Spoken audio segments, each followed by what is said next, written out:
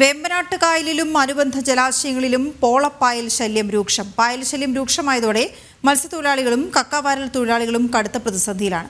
തിങ്ങിക്കൂടിയ പോളപ്പായലിലൂടെ വള്ളം പോകാത്ത സ്ഥിതിയാണ്.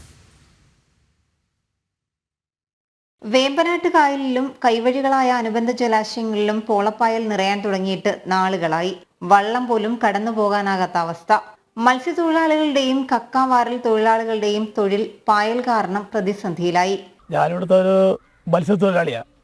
ഇവിടെ ഈ പായല് ഇതെന്ന് വെച്ചാൽ പായൽ എന്ന് പറയുന്നത് പോളപ്പായൽ ഇങ്ങനെ വന്നിട്ട് ഞങ്ങൾക്ക് മത്സ്യം പിടിച്ച് ഞങ്ങളുടെ ഉപജീവനം കഴിയുന്നില്ല. അതിന് പരിഹാരം കാണാൻ എന്താണ് വഴിയെന്നുള്ളത് സർക്കാരാണ് ചെയ്യേണ്ടത്. ഇത്രയും വലിയൊരു പോളപ്പായലൊക്കെ കൊണ്ട് ഞങ്ങളുടെ ഈ വീടുകളിൽ ഞങ്ങളുടെ കുഞ്ഞുങ്ങളെയൊക്കെ പഠിപ്പിക്കുകയും ഇതെല്ലാം ചെയ്യണം. അതിനാൽ എന്തെങ്കിലും സർക്കാർ ഒരു പരിഹാരം ചെയ്ത് അതിന് ന്യായമായിട്ടുള്ള കാര്യം ചെയ്ത്, ഇല്ലെങ്കിൽ ഞങ്ങൾക്ക് ഇത് സർക്കാർ ഒരു സഹായം ചെയ്യണം. കട്ടിയായി അടിഞ്ഞുകൂടുന്ന പോളപ്പായലിന് മുകളിലൂടെ കാൽനടയായി പോലും സഞ്ചരിക്കാം. കായലാണോ കരയാണോ എന്ന് പോലും തിരിച്ചറിയാനാവാത്ത കാഴ്ച. ആഴ്ചകൾക്ക് മുമ്പ് പോളപ്പായലിൽ കുടുങ്ങിയ കക്കാവാരൽ തൊഴിലാളിയെ ഫയർഫോഴ്സ് എത്തിയാണ് കരയിലെത്തിച്ചത്. ചേർത്തല ചെങ്ങണ്ട കായലിൽ നിന്നുള്ള ദൃശ്യങ്ങളാണിത്.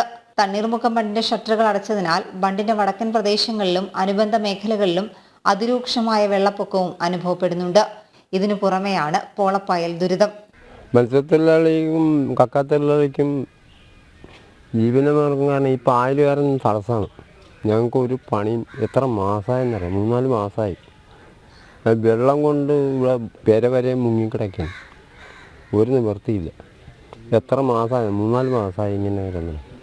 ഓരിത്തണ വന്നത് താമസിച്ച് വന്ന കാരണം വെള്ളം ഭയങ്കര വെള്ളം.